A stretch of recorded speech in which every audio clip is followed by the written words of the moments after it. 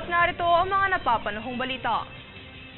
Hinamon ni House Assistant Majority Leader Jay Kong-hoon ng Zambales si dating Pangulong Rodrigo Duterte na dumalo sa pagdinig ng Quad Committee hearing sa Huwebes kung saan binigyang diin din niya na walang sinumang nakatataas sa batas. Ito ay alinsunod sa pangako ng dating Pangulo na harap ito sa komite pagkatapos ng undas. Samantala, sinabi ng mga mambabatas na may posibilidad na irekomenda ng mga abogado ng dating Pangulo ang play safe strategy na hindi daluhan ng pagdinig sa Quadcom para maiwasan ang self-incrimination. Ayon naman sa ibang mambabatas, kung sakaling dumalo si Duterte, lubos itong makatutulong sa mga miyembro ng Kamara upang makakuha ng mga tiyak na sagot hinggil sa investigasyon sa extrajudicial killing.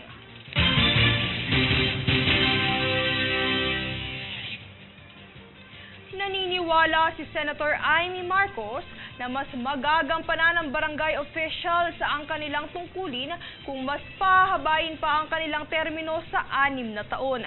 Makibalita sa usaping yan kay Darisa Lopez.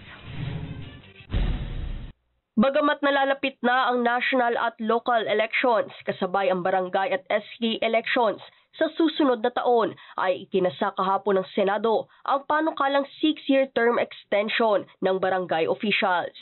Sa kanyang sponsorship speech ay sinabi ni Senadora Amy Marcos, principal author ng Senate Bill 2816, na mas magagampanan ng barangay officials ang kanilang mandato kung hahabaan ang kanilang pag-upo sa posisyon. Aniya ang barangay umano ang mismong nagpapatupad ng mga layunin ng national government, kaya't napakalaking responsibilidad ang nakataya sa termino ng mga ito. Sinang-ayunan naman ito ng kanyang co-sponsor na si Senador Bong Revilla at sinabi na ang 3-year term ay masyadong maiksi para magawa lahat ng barangay officials ang kanilang programa at proyekto. Ang sponsorship speech ukol sa panukala ay nasa second reading na at inaasahang pagdedebatihan at pagbobotohan sa susunod na itatakdang mga araw. Darisa Lopez nag-uulat para sa One Media Network. Bahagyang bumilis ang inflation rate ng Pilipinas itong nagdaang buwan ng Oktubre. Ayon sa Philippine Statistics Authority o PSA, umakyat sa 2.3% ang inflation rate na mas mataas na 1.9% noong Setyembre. Ayon sa PSA, ito ay dahil sa mabilis na pagtaas ng presyo ng pagkain at mga non-alcoholic beverages.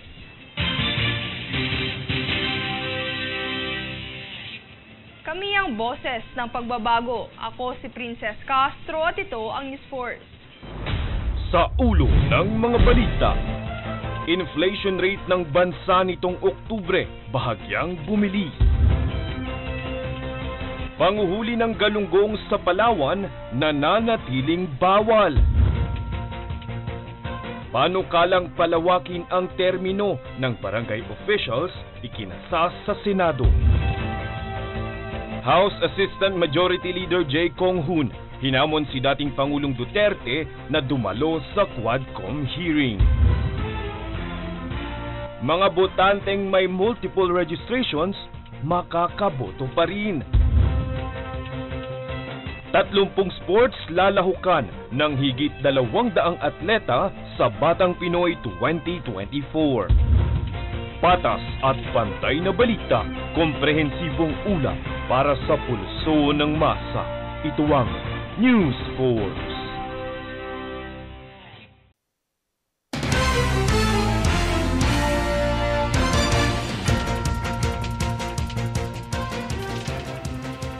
Ako si Princess Castro at narito ang mga napapanahong balita. Balitang pandaigdigan sa unang pagkakataon sa loob ng 130 taon, ngayon lamang hindi nabalot ng niebe ang taniyag na Mount Fuji, isang active stratovolcano sa isla ng Honshu, Japan. Ito ay marahil dahil sa kasalukuyang nararanasang hindi pangkaraniwang mainit na temperatura sa naturang bansa. Ikinagulat naman ito ng marami dahil karaniwan itong taniyag na puntahan ng mga turista dahil sa nakapalibot na niebe sa tuktok ng mataas na bundok na nagsisimula tuwing unang linggo ng Oktubre.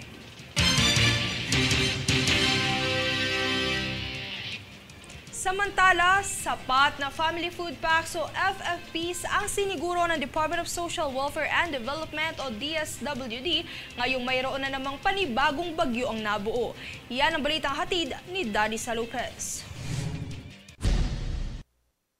Sa pagiging handa ng Department of Social Welfare and Development o DSWD sa Bagyong Marce ay tiniyak nito sa mga lokal na pamahalaan na sapat ang supply ng family food packs o FFPs na ipapamahagi. Ayon sa DSWD, nasa higit 1 milyong kahon ng FFPs ang nakahandang i-deploy sa oras ng emergency disaster response. Nagbigay din si DSWD Secretary Rex Gatchalian ng direktiba ukol sa pagpapabilis sa produksyon ng FFPs. Bukod dito ay patuloy din ang pagsubaybay ng ahensya sa kinakailangan ng mga nasalanta ng Bagyong Christine at Leon. Pagtitiyak ng DSWD, patuloy ang pagsasagawa ng relief operations at psychosocial support sa rehiyon ng Bicol na lubhang natamaan ng bagyo. Danny Lopez nag-uulat para sa One Media Network.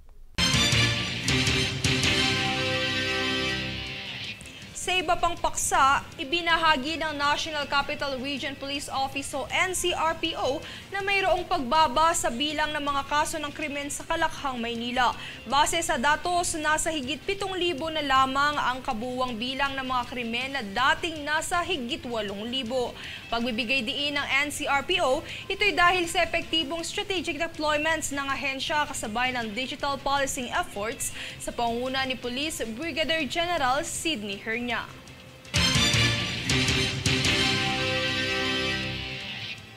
Kami ang boses ng pagbabago. Ako si Princess Castro at ito ang News Force. Sa ulo ng mga balita, inflation rate ng bansa nitong Oktubre bahagyang bumilis. Panguhuli ng galunggong sa Palawan nananatiling bawal. Panukalang palawakin ang termino ng barangay officials ikinasas sa Senado. House Assistant Majority Leader Jay Kong-hoon hinamon si dating Pangulong Duterte na dumalo sa Quadcom hearing. Mga botanteng may multiple registrations, makakaboto pa rin. 30 sports lalahukan ng higit 200 atleta sa Batang Pinoy 2024. Patas at pantay na balita, komprehensibong ulat para sa pulso ng masa. Ito ang News Force.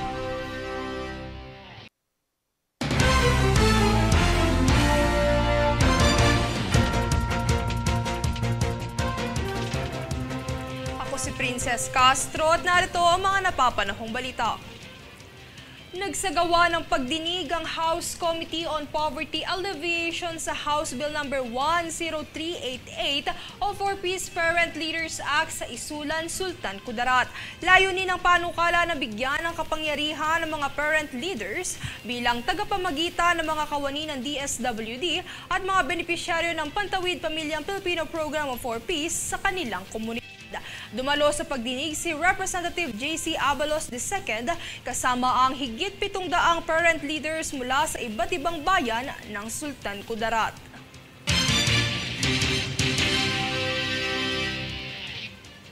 Samantala, pangmatagalang solusyon.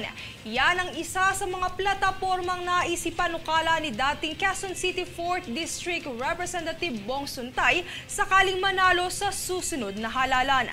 Narito ang ulat. Sa muling pagnanais na makabalik sa Kongreso bilang kinatawa ng Distrito 4 ng lungsod ng Quezon, isa sa mga platapormang isinusulong ni Atty. Jesus Bong Suntay ay ang pagkakaroon ng pangmatagalang solusyon sa mga problemang kinahaharap ng distrito. Si Suntay ay dating nanilbihan bilang congressman noong taong 2022 sa ilalim ng ika-18 Kongreso at ngayon ay nagnanais na manilbihang muli sa dating posisyon sakaling manalo sa halalan sa susunod na taon. Ayon sa datos ng United Nations Children's Fund o UNICEF, kabilang ang edukasyon, kalusugan at trabaho sa mga pinaka-problemang kinahaharap ng bansa sa kasalukuyan. Kaya naman isa sa mga nais na isulong ni Suntay ay ang pagpapabuti sa sektor ng pagtatrabaho kung saan layon niyang magkaroon ng training para sa mga mamamayan ng distrito upang malinang ang kanilang mga kaalaman patungkol sa pagtatrabaho maging sa pagnenegosyo. Ito ay dahil naniniwala ang dating kongresista na ang ayuda bagamat hindi masama ay isang pansamantalang tulong lamang at ang tunay na kailangan ng mga tao ay ang pangmatagalang tulong na kanilang magagamit upang mapabuti ang kanilang pamumuhay, umasenso at magkaroon ng progreso sa buhay. It was always my vision, diba, to teach people how the value of hard work. Sabi nga natin, kung gusto mo makatulong sa mga tao, hindi mo sila bibigyan ng isda, pero tuturuan mo sila paano mangisda. While okay yung mga pantawid na tulong, pansamantalang tulong, ang ating long-term goal is to be able to teach people, especially the underprivileged individuals in our community, to learn how to fish and learn how to work so that they could stand on their own. Bukod dito ay nais rin niyang tutukan ang sektor ng kalusugan kung saan pagpapabuti sa mga infrastruktura, pasilidad, maging ang pagdaragdag ng mga medical staff ay nais niyang isama sa national budget. At para sa epektibong pagpapaunlad sa kinabukasan ng kanyang distrito, kasama sa kanyang plataporma ang pagtugon sa kalidad ng edukasyon, mga infrastruktura at ang student loan program. Sa ilalim ng loan na ito, magkakaroon anya ng educational assistance kung saan magpapautang ang gobyerno para sa mga pangangailangang pinansyal ng mga estudyante at kanila itong babayaran sa oras na makapagtapos at makahanap ng trabaho. At ngayong papalapit na naman ang eleksyon, hawak muli ng taong bayan ang pasyang makakaapekto sa kinabukasan ng bayan. Princess Castro nag-uulat para sa One Media Network.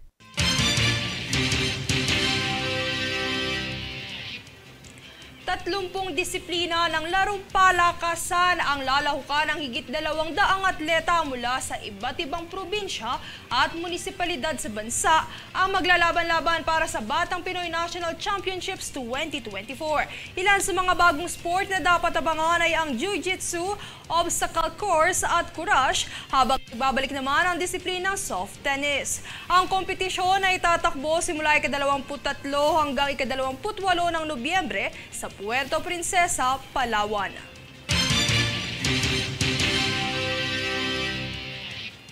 Kami ang boses ng pagbabago. Ako si Princess Castro at ito ang News Force. Sa ulo ng mga balita, inflation rate ng bansa nitong Oktubre bahagyang bumilis. Panguhuli ng galunggong sa Palawan nananatiling bawal. Panukalang palawakin ang termino ng barangay officials ikinasas sa Senado. House Assistant Majority Leader Jay Kong-hoon hinamon si dating Pangulong Duterte na dumalo sa Quadcom hearing. Mga botanteng may multiple registrations, makakaboto pa rin. 30 sports lalahukan ng higit 200 atleta sa Batang Pinoy 2024. Patas at pantay na balita, komprehensibong ulat para sa pulso ng masa. Ito ang News Force.